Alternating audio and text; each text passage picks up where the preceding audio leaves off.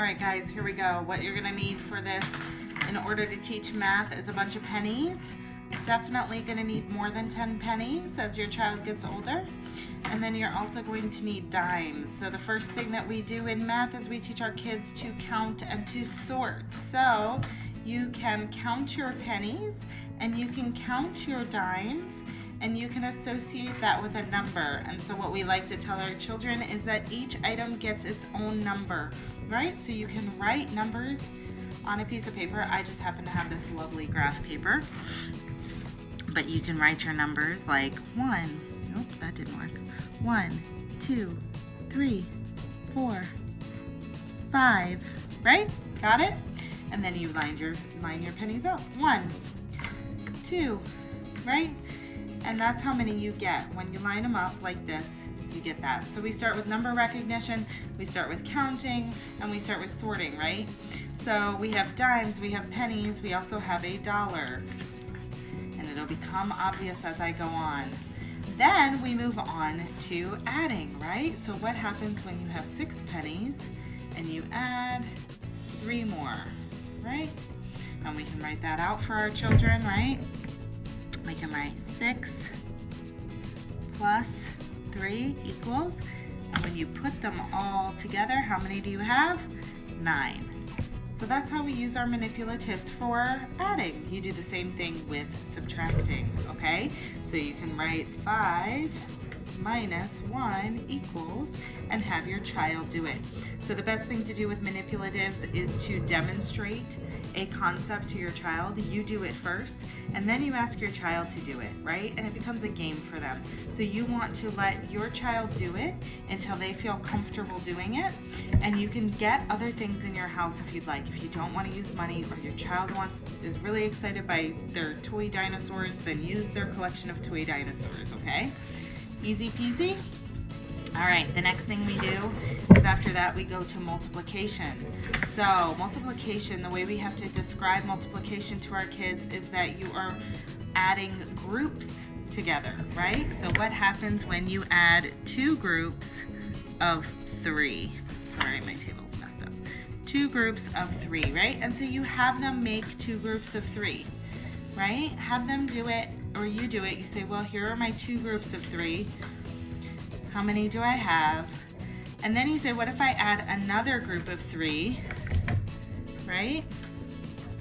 And how would I write that? I would write that 3 groups of 3. And what does that equal, right? And so you do it, your child does it, you play with it as much as you want or as much as you can, and that's that. Then you move on to division. Now, let's say you have 9 pennies. Division is all about dividing something into groups.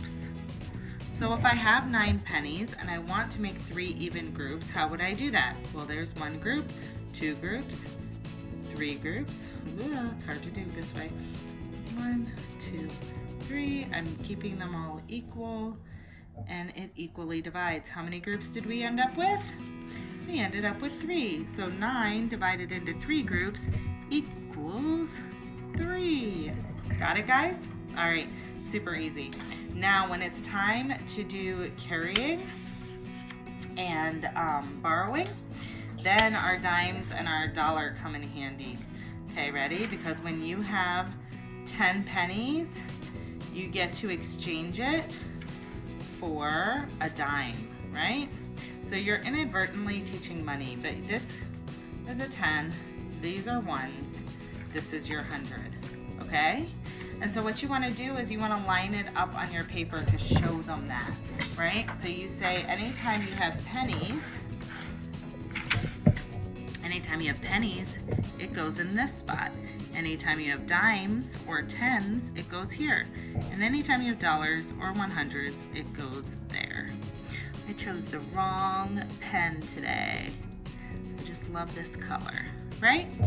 And so you tell them, if I give you 10 pennies, you have to trade it in for dimes.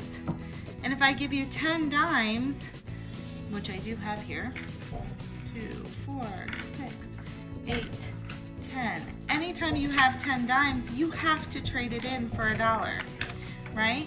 So if you are given this and 2 of those, let's say you're given 100, 2 dimes, and a penny, how would you line that up? You have $1, so 1 100. You have 2 tens, so 2 dimes, and you have 1 penny, 1. So altogether this equals 121, right? So this is the way we sort of use manipulatives with our kids. You do not need anything fancy for your kids. You can use pennies, dimes, and dollars to get it all done. If you want to do fractions, I recommend that you use this sort of paper here, right? Or your own paper that you draw blocks in. Let me see if I can hold this in place and get some scissors. And what you do is you can cut your paper, right? So 1, 2, 3, 4, 5, 6, 7, 8, 9, 10, 11, 12. This happens to have 12 squares on it, right? So I can put in each of these, just to give you the idea, that this is 1/12. This is 1/12. This is 1/12. This is 1/12. This is 1/12, and so on, right?